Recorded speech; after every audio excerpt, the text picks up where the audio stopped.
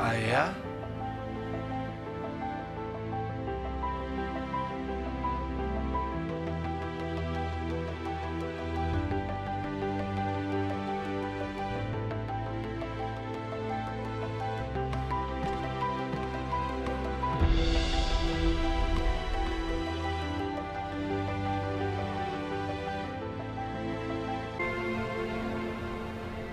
Aya?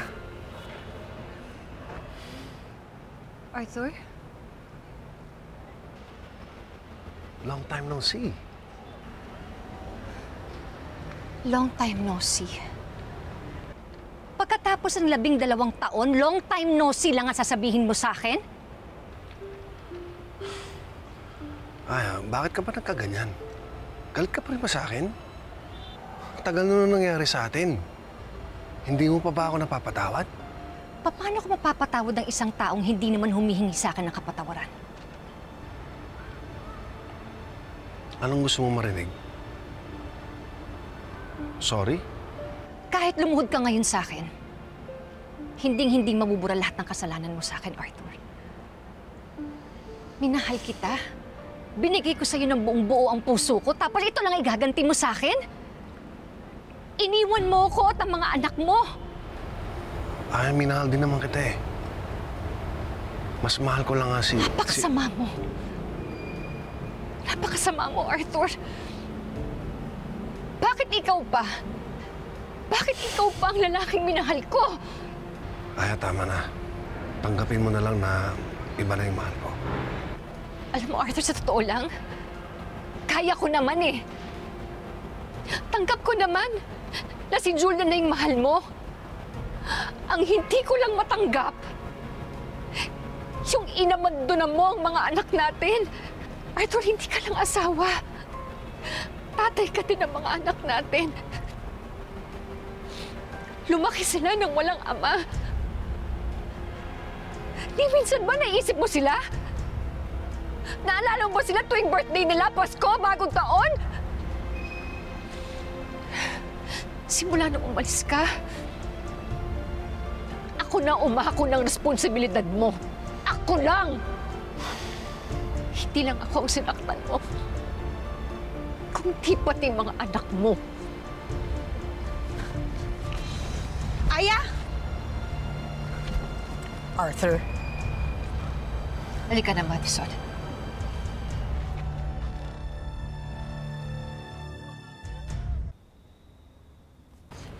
Sama-sama talaga niya. Wala siyang kwentang lalaki. Tama na, Aya. At least sasabi mo na lahat ng gusto mong sabihin. Diyos na bahala sa kanya. Makonsyensya na lang siya sa ginawa niya sa inyo. Ayoko na. Ayoko na. Gusto ko na siya talagang kalimutan. Aya, tatay pa rin siya ng mga anak mo. Nawalan na siya ng karapatan sa mga anak ko simula nung iwan niya kami. Hindi mo sasabihin sa kanila na nandito si Arthur? Para ano pa? Sasaktan lang yung mga anak ko. Mas mag-iigi. Isipin na lang nila na wala na silang tatay.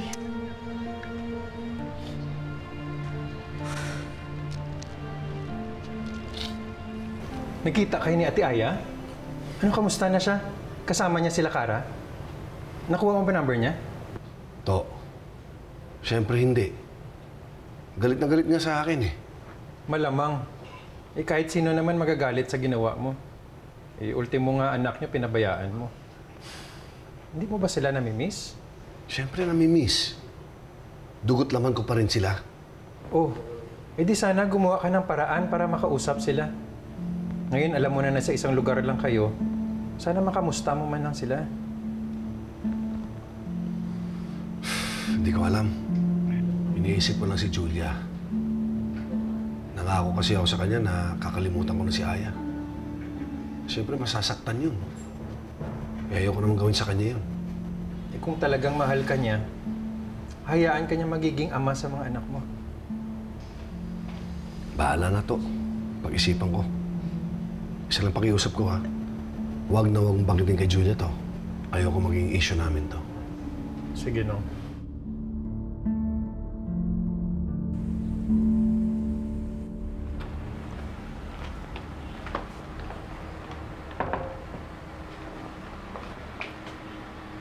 Wally?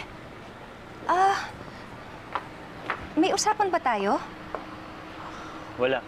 Sinadya talaga kita dito. Papasok ka na ba? Sabay na tayo. Hindi na.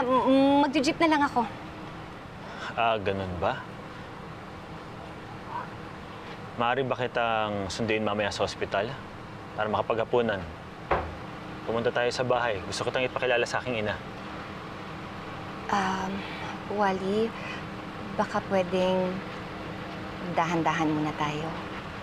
May nagawa ba akong mali? Wala. Wala kang kasalanan. Walang problema sa'yo. Sa katunayan nga, nahihiya ako sa'yo kasi ang bait-bait mo sa akin, ang bait mo sa pamilya ko. Ayoko lang kasi na umasa ka sa wala. Hindi ko alam, baka hindi ko masuklian yung kabaitan na pinapakita mo sa akin. Bakit nung nakaraan lang pumayag kang buksan ulit yung puso mo? Anong nangyari? Sabihin mo sa akin. Wally, pasensya na. Kailangan ko na umalis. Malilate na ako eh. Ha? Sige.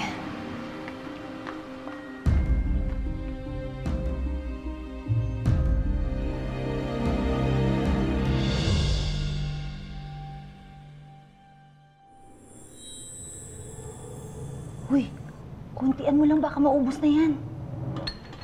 Wala akong pakialam. Ngayon ko to pinakakailangan. Lalo't nagkita na sina Arthur at Aya. Hindi sila pwede magkabalikan. Umuwi na lang kaya ulit tayo ng Bacolod. Eh sayang naman yung ginastos natin dito sa bahay at sa restaurant. Betty, nandito na ngayon ang buhay natin. At pati si Ellie, nag-e-enjoy na dito. So, i-release mo na magkita ulit si Arthur at si Aya?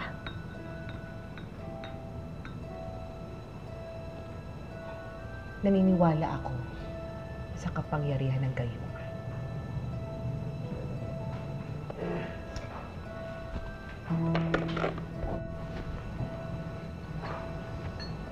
Uy, mahal!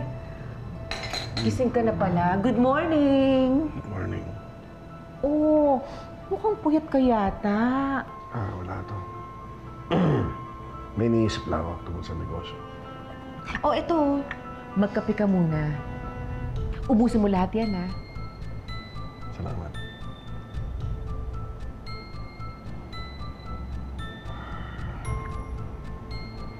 Meron.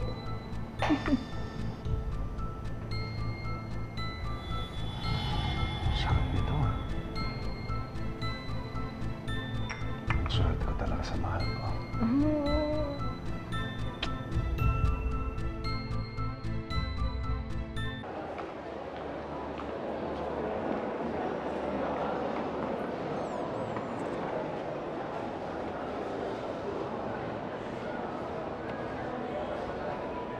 Kyra, right? Ako nga, bakit? I saw your viral video. Nakakaloka ka, ha? If a guy did that to me, I would say yes in a heartbeat. Should consider yourself lucky na may nagkagusto sa'yo. Considering na isa ka lang hamak na janitress. Marangal naman ang trabaho ko, ah. Wala naman akong ginagawang masama. Okay. Ay, yung ginawa mo kay Bonnie, hindi ba yun masama? You didn't even consider his feelings. Pinahiya mo pa siya in front of everyone. Hindi ko naman ginusto yun. Wala akong balak saktan si Bonnie. Napilitan lang akong gawin yun kasi ayokong umasa pa siya. Wow! Nakakaloka. Ikaw pa talaga yung choosy, ha? Good luck kung may pumatol pa sa'yo. Oh, and next time, umarte ng naaayon sa ganda. Okay? Wow! Bakit? Maganda ka? Yeah. What the hell did you just say to me? Ako? Ako maganda talaga ako. Eh, ikaw? Nambasted ka lang ng lalaki, piling mo ang ganda mo? Sorry, ako sinasadya. Well, sorry rin. But I think you need a reality check. A cold, dirty water challenge. How about that? Ay, Eliwag! Eliwag!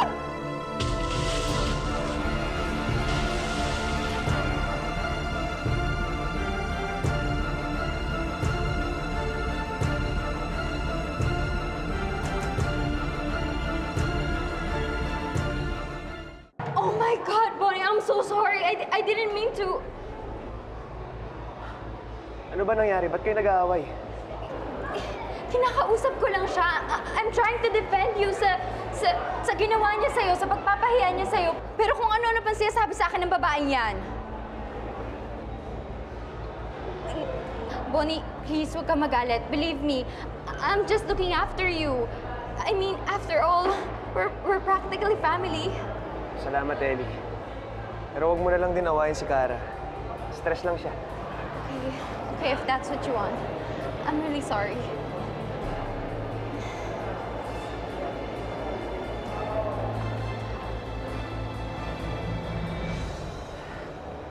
Ayos ka lang ba, Kara? Hindi ka ba nabasa? Ay, hindi. Salamat, Bonnie, ah. Nabasa ka pa tuloy.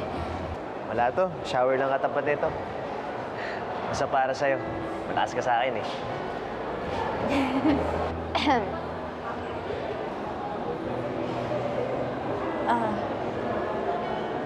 Basta sa susunod, huwag ka na makisama sa gulo.